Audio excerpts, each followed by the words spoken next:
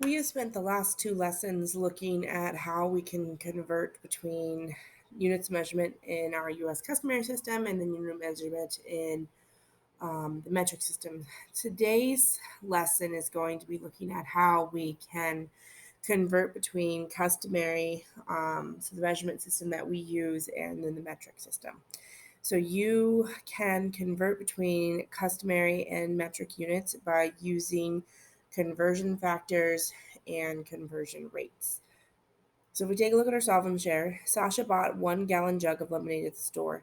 She wants to pour the lemonade into two empty 2-liter bottles. Is the capacity of a 2-liter bottle enough to contain 1 gallon of lemonade?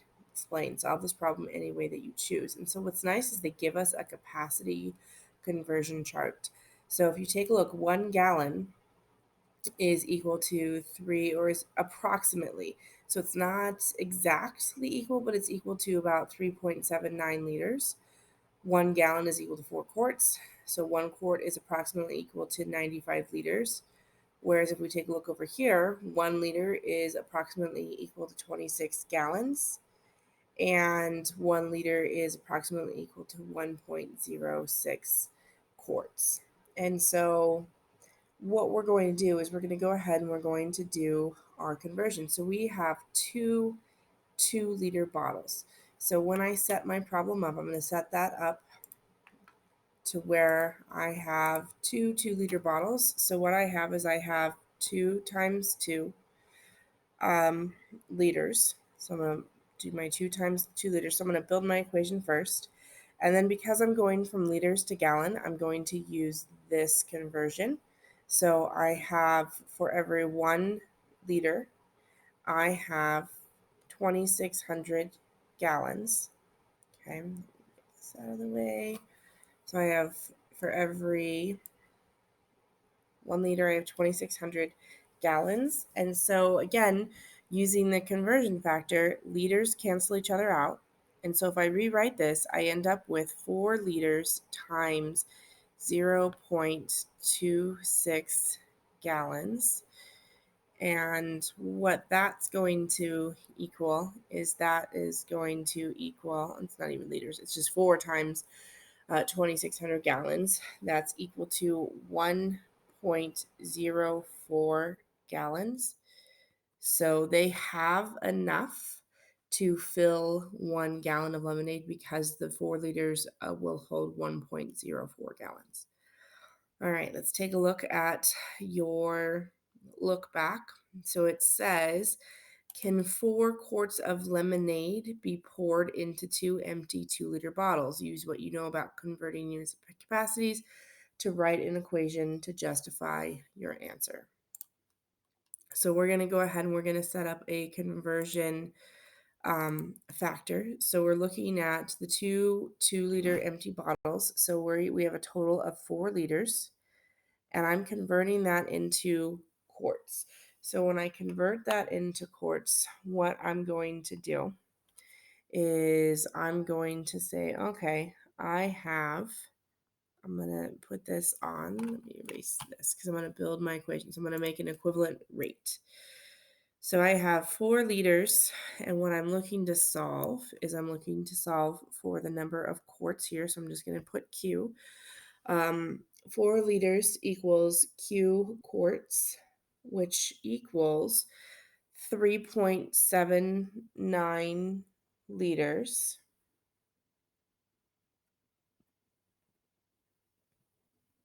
And the reason I'm doing this is I'm doing my capacity for gallon. So 1 gallon is approximately 3.799 liters. So 1 gallon is equal to 4 quarts. And when I do this, what I'm going to do is I'm going to say, okay, so how much is this going to fit? Well, if 4 liters is equal to 3.79 liters and 4 quarts, I actually don't even need the 4 liters. And here's why. Because I'm just saying whether or not it can fit. So I'm going to go back to that conversion factor.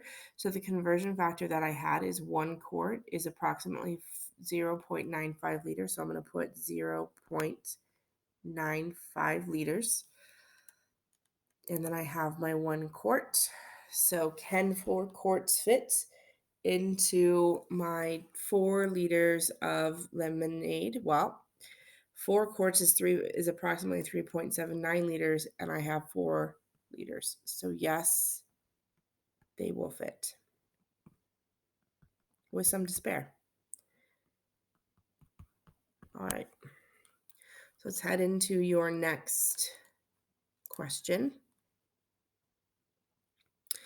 Tyrell is using a kit to build a robot. The directions use metric units and describe the robot's height as 2 meters tall, rounding to the nearest tenth.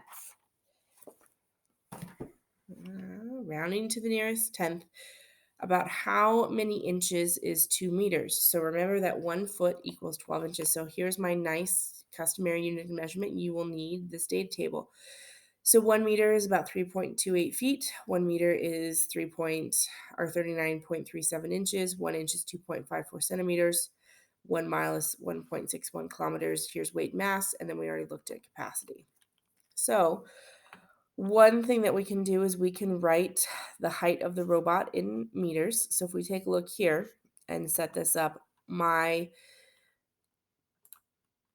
what I'm going to do is I would take 2 meters and I would multiply 2 times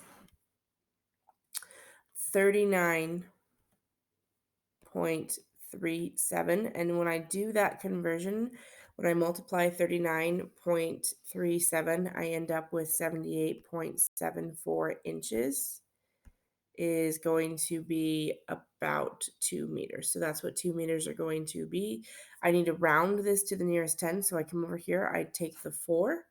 And because I'm rounding to the nearest 10, I look at the 7, look at the 4, it rounds down. So it's going to be 78.7 inches. Okay.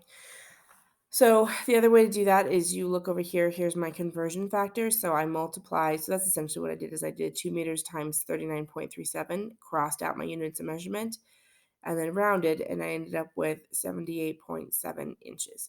So you can write it as an equivalent rate, or you can use the conversion factor. I used the conversion factor. I just did not use my units of measurement and cross them out. So again, using the method that works for you. If you like the equivalent rate, use the equivalent rate. If you like using the conversion factors, use the conversion factors. All right, so let's head down to the convince me. So Jacob is building a robot named T3X that is 75 inches tall. Rounding to the nearest tenth, how many centimeters tall is T3X? Show your work. So what I'm going to do is I'm going to start with my rate. So my rate is 1 inch is equal to 2.54 centimeters, or 2 and 5,400 centimeters. And now I'm going to set this up as a conversion factor. So I'm going to do 2.54 centimeters, and I'm going to times that by 75 inches. And so when I multiply that by 75 inches, it's going to tell me what my centimeter tall is going to be. And so when I do that conversion, inches is going to go away. So inches goes away because I'm converting from inches to centimeters. So 2.54 times 75 is going to be equal to 190.5 centimeter tall. So that's how tall the T3X is going to be. All right, let's move into your guided practice. So if we take a look at your guided practice, when converting centimeters to inches, do you multiply or divide by 2.54? Explain your reasoning. So when we did inches to centimeters, which is the problem that we just did, we multiplied. So you're going to divide when I go from centimeters to inches, because inches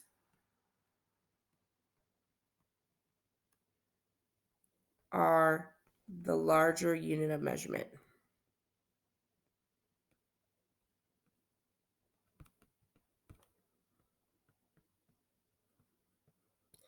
And remember, when we go from smaller unit to larger unit, we divide. Larger unit to smaller unit, we multiply. All right, so how can you find the approximate amount of liters in 1 pint? Remember that 1 quart is equal to 2 pints.